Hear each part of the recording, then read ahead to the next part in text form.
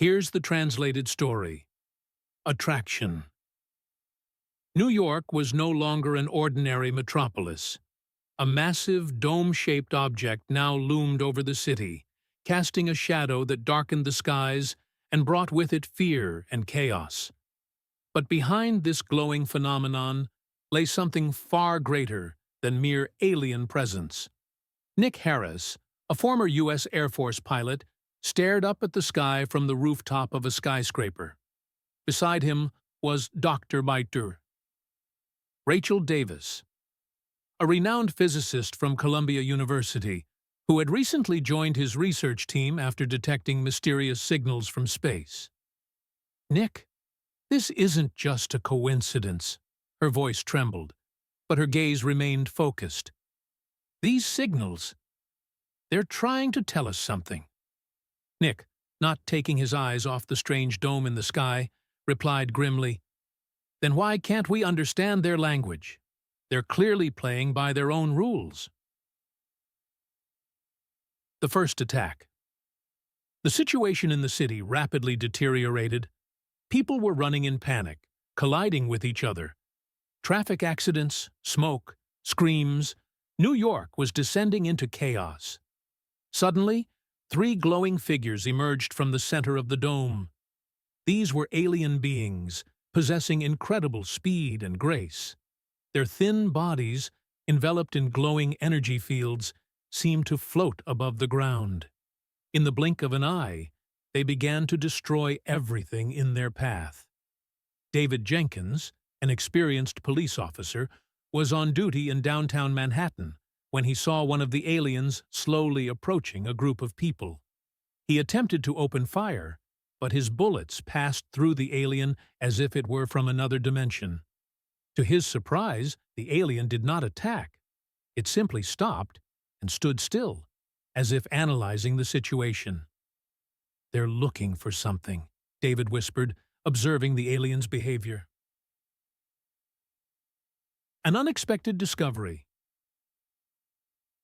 Nick and Rachel returned to their laboratory, where they were met by Michael Weston, an engineer, Nick's friend and colleague.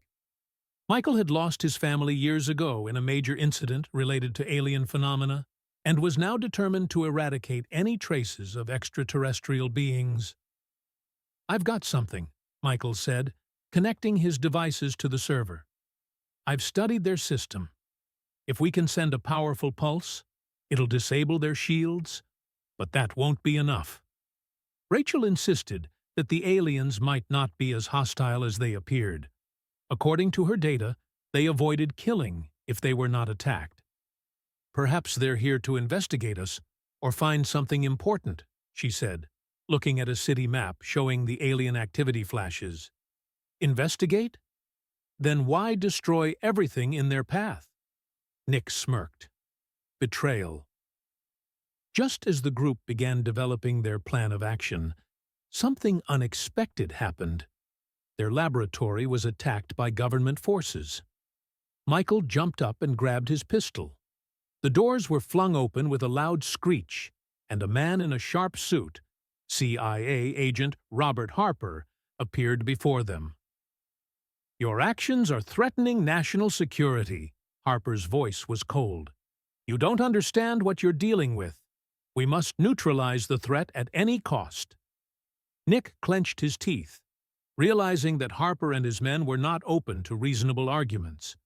But before the situation escalated further, one of the aliens appeared. It approached the building with clearly non-aggressive intentions. Its eyes glowed as it projected an image, a hologram. It was a schematic drawing of a massive object located deep underground. Realizing this, Nick and Rachel understood that the aliens were searching for an artifact lost on Earth.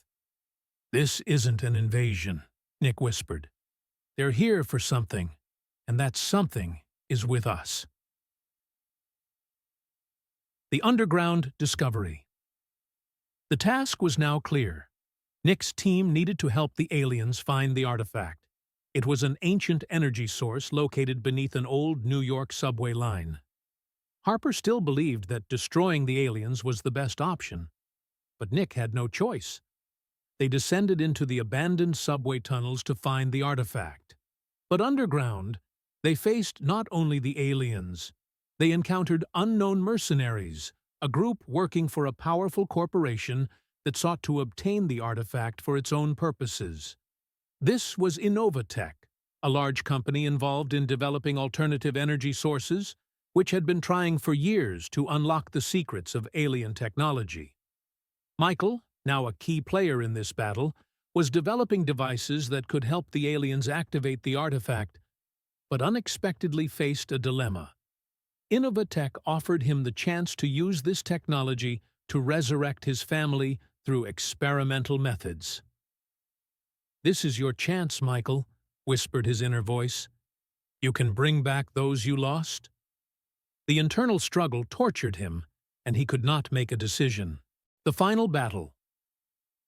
When they reached the site, an ancient storage facility underground, the situation intensified. The corporation, government, and aliens were face to face. An epic battle erupted in the cramped subway tunnels, with the artifact's energy causing powerful explosions that destroyed walls and ceilings. Michael, torn by his internal conflict, made a final decision. He activated a system that would preserve the balance between human and alien interests. His device deactivated the artifact, preventing either side from gaining control over it and stabilizing the energy fields. Meanwhile, Nick fought off the Innovatech mercenaries, who were determined to seize the artifact at any cost. Amid the rubble and chaos in the tunnels, he found Rachel, injured but alive. Together, they fled the storage facility, as the artifact's energy became too intense, causing the entire underground system to collapse. Revelation: when the battle was over, the aliens gathered their data and began to slowly leave Earth. They did not destroy the city or its people, as many had feared. Their mission was complete, and they returned to their dimension. Michael, realizing the cost of his choice, decided not to resurrect his family. Understanding that using alien technology for such purposes was too risky, his moral principles outweighed personal suffering, and he remained with Nick and Rachel, continuing to study the technology with caution. Epilogue. Months passed. New York was gradually recovering, and although the government tried to conceal evidence of the alien invasion, rumors and speculations spread across the world. Nick and Rachel continued their work, deciphering the mysteries left by the aliens.